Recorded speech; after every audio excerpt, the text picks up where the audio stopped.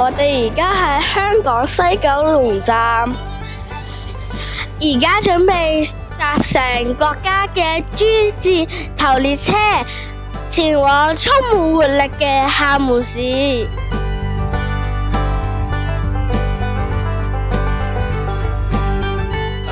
高鐵嘅便利，令香港同內地鄰近城市真正做到數小時生活圈。呢條現代化嘅交通大動脈，係祖國創新科技級高速鐵路的成就。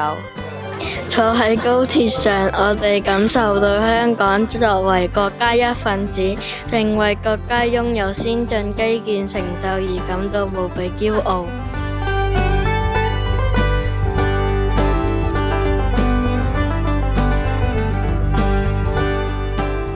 嚟到集美學村，呢度每一磚一畫都訴說住一個偉大嘅愛國故事。集美學村係陳嘉庚先生親自指導下創立，其建築風格體現咗典型的閩南僑鄉嘅建築風格。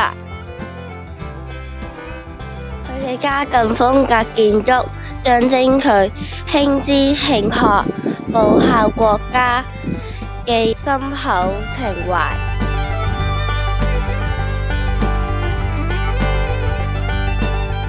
陳嘉庚先生即使遠居南洋，依然心繫中華，情牽教育。佢嘅事蹟教導我們，愛國並無地域限制。作為中華兒女，無論身在何方，都應該為國家嘅繁榮富強貢獻一份力量，堅定我哋身為中國人嘅國民身份認同。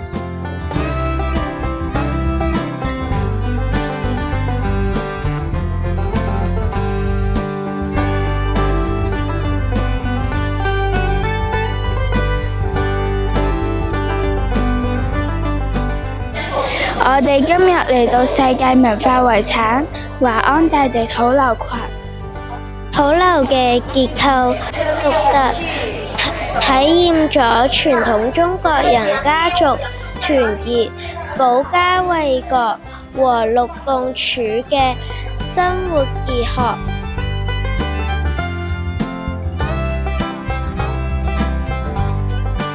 呢個數百年歷史嘅土樓係我哋中華民族農耕文明同建築藝術嘅寶貴財富。佢哋提醒我哋國家擁有悠久而燦爛嘅傳統及文化。作為中國國民，我哋有責任去了解、珍惜同傳承嘅嗰份共同嘅民族記憶同文化根源。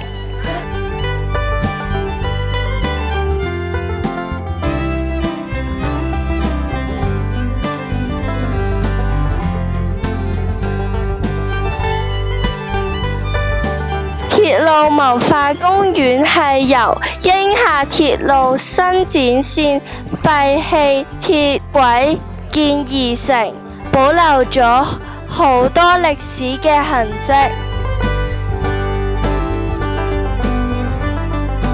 因為處於市區中心地帶，不但只保持咗良好的植物景觀，同時亦成為市民休息嘅地方。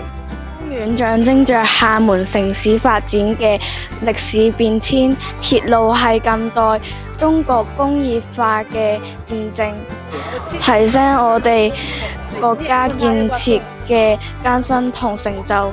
我哋要學習飲水思源，感恩前人對國家發展嘅貢獻，呢種尊重歷史、愛護文物嘅態度，係國民質素嘅體現。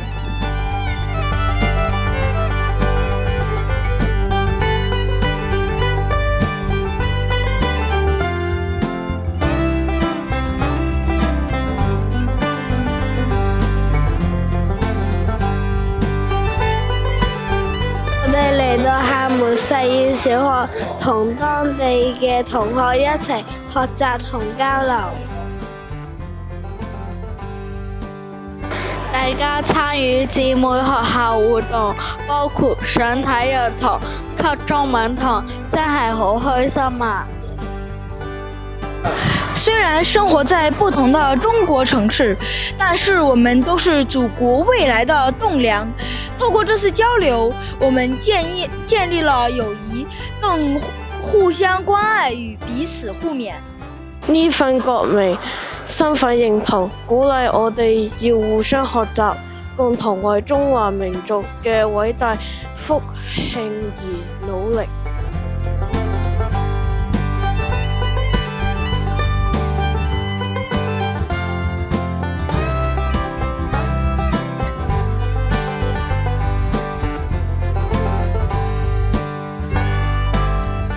呢度係鼓浪嶼，鼓浪嶼充滿咗異國情調嘅萬國建築。呢度環境優美，有多個特色嘅建築物。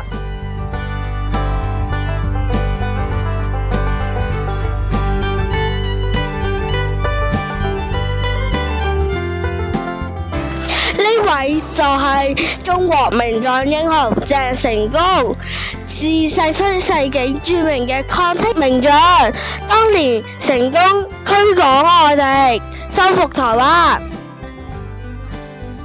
佢嘅勇敢事蹟值得所有中國人永遠銘記。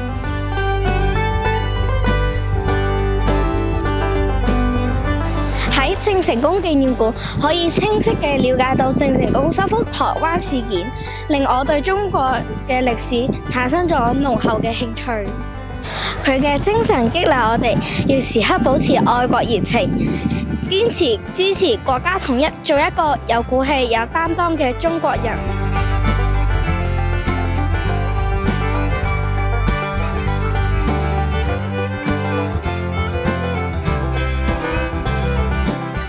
係鋼琴博物館啊！我哋欣賞到世界各種嘅鋼琴，提升咗我哋學習鋼琴嘅興趣。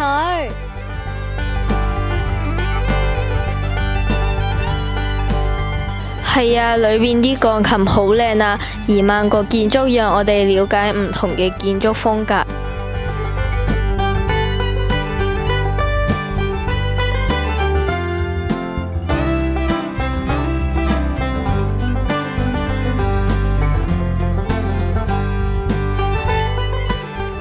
中山路是廈門最古老、最繁華的商業街之一，是廈門現已保留較完整的展現近代歷史風貌的舊城街區。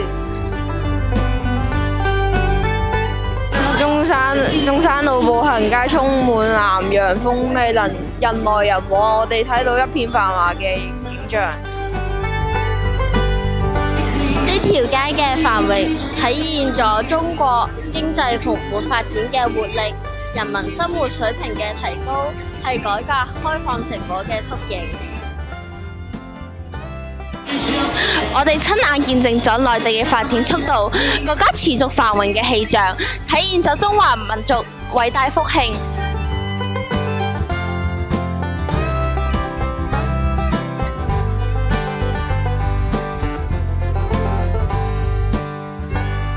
我哋嚟到廈門市博物館，呢度係了解廈門以至整個閩南地區歷史文化嘅最好地方。參觀博物館，我哋真切感受到中華文化嘅源遠流長同豐富多樣。透過豐富嘅文物同展覽，令我哋意識到自己係中華民族大家庭嘅一份子。呢份共同嘅文化根源，令我對國民身份更有深嘅歸屬感。廈門交流之旅圓滿結束，我哋收穫滿滿，唔單止見識到廈門嘅美麗、歷史演變、城市嘅規劃，同埋提升咗國民身份認同。透過呢次旅行，我哋親身感受到祖國嘅強大、文化嘅魅力、人民嘅熱情。我哋將會永遠記住呢種中國人血濃於水嘅親切感，堅定我係中國人嘅信念。